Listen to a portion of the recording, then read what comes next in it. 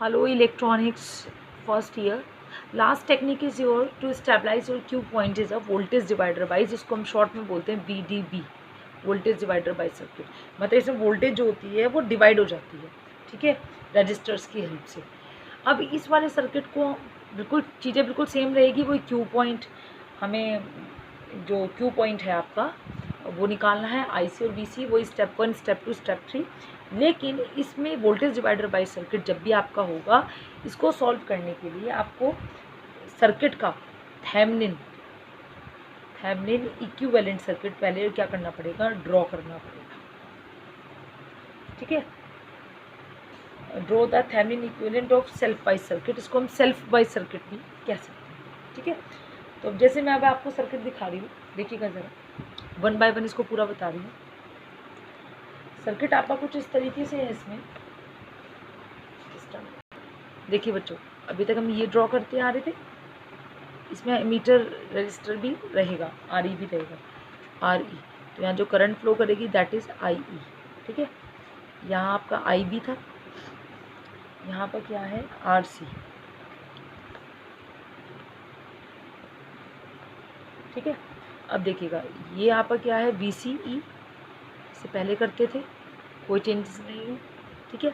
अब आपका जो नाम से आ रहा है वोल्टेज डिवाइडर बाई सर्किट, यानी वोल्टेज डिवाइड होगी, तो वो वोल्टेज यहाँ से डिवाइड होगी। यहाँ जो बेस पे है, यहाँ पे आपको हमेशा 2 रजिस्टर दिखाई देंगे इक्वल, R1 एंड R2। इसकी वजह से जो नाम है वो है वोल्टेज डिवाइडर बाई, मतलब वोल्टेज आपका, पोटेंशियल आपका डिवाइड हो रहा है। फिर आप यहाँ पे आपका एक VCC कनेक्टर रहेगा इसमें, ठीक है, और ये दोनों ग्राउंड। तो आपको ये सर्किट दिखाई देगा। अब हमें पहले इस सर्किट का थेवेनिन इक्विवेलेंट सर्किट निकालना पड़ेगा। इसमें एक स्टेप बढ़ जाएगा, बाकी स्टेप सेम रहेंगे। IB निकालोगे, IC निकालोगे, VC निकालोगे KVL को अप्लाई करके, लेकिन आप डायरेक्टली इसमें KVL अप्लाई नहीं करोगे। आई समझ में की बात। तो आपका स्टेप 1 क्या होगा इसके अंदर, थेवेनिन, बाकी वो 3 चीज़ नीचे खिसक गई हैं। पहला क्या आ गया, थेवेनिन इक्विवेलेंट सर्किट, ठीक है। अब इसमें मैं आपको पहले बता दूं कि इसके अंदर स्टेबलाइजेशन होगा कैसे। देखिए चलिए मैं आपको बाद में बताऊंगी, पहले मैं आपको इसका समझाती हूँ थेवेनिन इक्विवेलेंट सर्किट आपका ड्रॉ कैसे होगा, ठीक है बच्चों। देखिए स्टेप 1 में आप सबसे पहले थेवेनिन इक्विवेलेंट सर्किट बनाएंगे।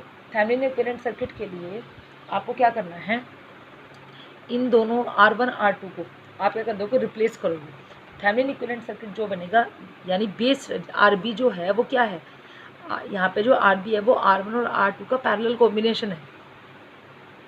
RB इज इक्वल टू, ये थेवेनिन इक्विवेलेंट सर्किट, R1 किसके पैरेलल, अगर आप इसको हटा दो तो R1 R2 के पैरेलल आ जाएगा, R1 पैरेलल R2। मैंने थेवेनिन इक्विवेलेंट सर्किट बनाना सिखा रखा है, ठीक है। तो आप R1 पैरेलल R2, ठीक है। R1 पैरेलल R2 से वैल्यू कैसे निकल जाएगी, R1 R2 divide by R1 plus R2, यानी यहाँ पे आप इसको रिप्लेस करोगे R1 से। थेवेनिन इक्विवेलेंट के लिए क्या चाहिए, एक तो आपको थेवेनिन रेजिस्टेंस चाहिए, जिसको मैंने यहाँ RB नाम दिया है, और एक आपको VTH चाहिए, ठीक है, यानी VTH। तो VTH निकालने के लिए आपको क्या बताया था, R2 मल्टीप्लाई बाई VCC। ये मैंने आपको पहले समझा रखा है, ये मैं दोबारा नहीं समझाऊंगी, ठीक है। ये वाली करिए, और यहाँ से जो सर्किट बनेगा आपका, वो सर्किट आपका कुछ इस तरीके से बनेगा, देखिएगा, ये देखिएगा circuit VCC RC IC, that this one is this। अब देखिएगा, अब ये जो था ये आ गया RB, ठीक है, जो क्या है R1 पैरेलल ऑफ R2, ठीक है, और यहाँ पे आपका क्या है VTH, ये आपका ग्राउंड। ये तो है, ऐसे तो करते थे थेवेनिन में भी, सीरीज़ में वोल्टेज सोर्स, और मैंने आपको शॉर्ट में बता दी। इसमें आपको डायरेक्ट शॉर्ट से वैल्यू निकल जाएगी, आपको VCC की वैल्यू पता है, R2 की वैल्यू, तो आपको VTH की वैल्यू मिल जाएगी। आपको सर्किट ऐसा ड्रॉ करना है, ठीक है। ये मैं ऑलरेडी आपको समझा चुकी हूँ। यहाँ पे क्या जाएगा RE, ठीक है। ये यहाँ पे क्या है, पूरी कहानी है इसकी। यहाँ से करंट जो आएगी वो आएगी IE, ठीक है। और यहाँ से जो करंट आएगी वो आएगी आई बी, ठीक है। आपको ऐसा दिखाई देगा, आपको ऐसा बनाना है, फिर आपको वापस वही काम करना है।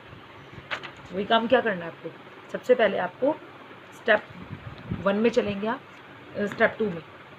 स्टेप 1 में आप थेवेनिन कर रहे हो, पहले वाले के स्टेप 2 के हिसाब से अप्लाई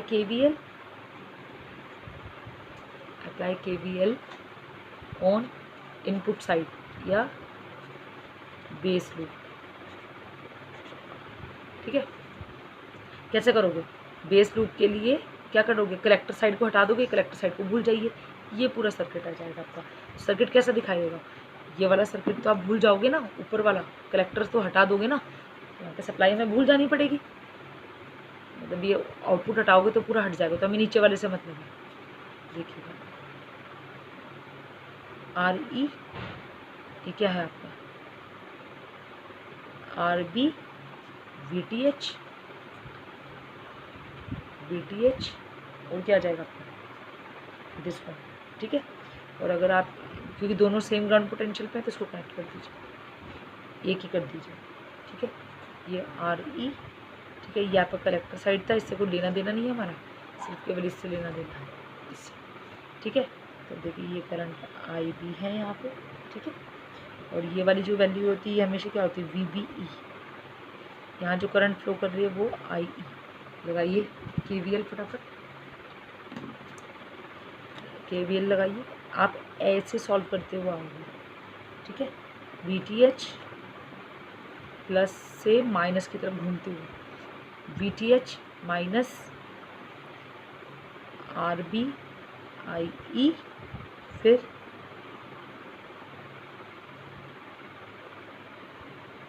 IB है, IB RB, यहाँ से करते हुए कैसे आएगी, माइनस VBE, फिर minus IE RE equal to 0, ठीक है। यहाँ से IB की वैल्यूज आप क्या करोगे, फाइंड आउट कर लोगे।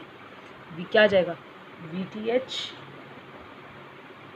माइनस VBE इधर ही रह जाएगा, इस पूरे को इधर ले जाइए तो क्या आ जाएगा, इस वाले पूरे को इधर ले जाओगे तो क्या बच जाएगा, ये मैं यही करके दिखाती हूँ, VTH माइनस VB इधर, और ये आ जाएगा आपका RB IB plus IE RE equal to, ठीक है।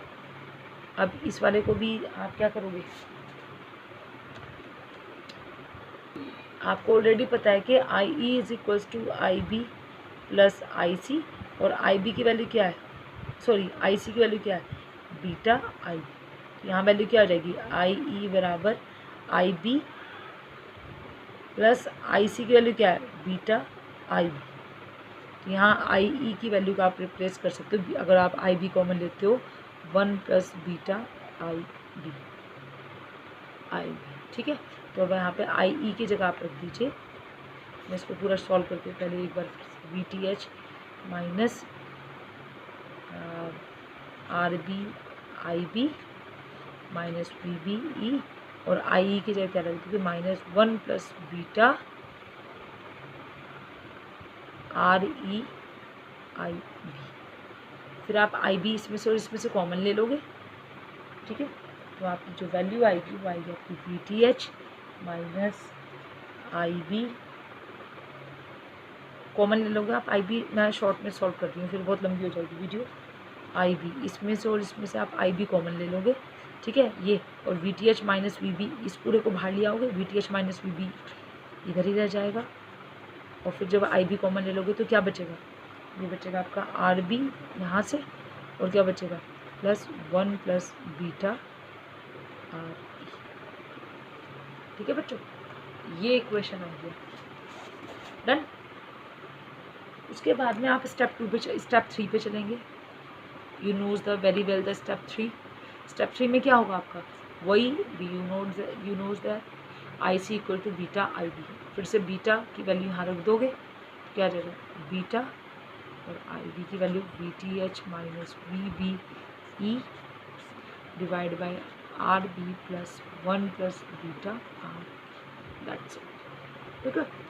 अभी मूव टुवर्ड्स ऑन स्टेप 3, ठीक है। स्टेप थर्ड को देखिएगा। स्टेप 3 जो है उसमें क्या करोगे, अप्लाई KVL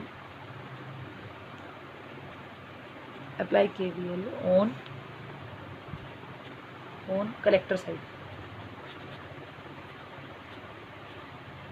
लूप, ठीक है, कलेक्टर लूप में। जब कलेक्टर लूप में चलाओगे तो ये वाला भूल जाओगे, फिर सिर्फ इतना रह जाएगा, ठीक है।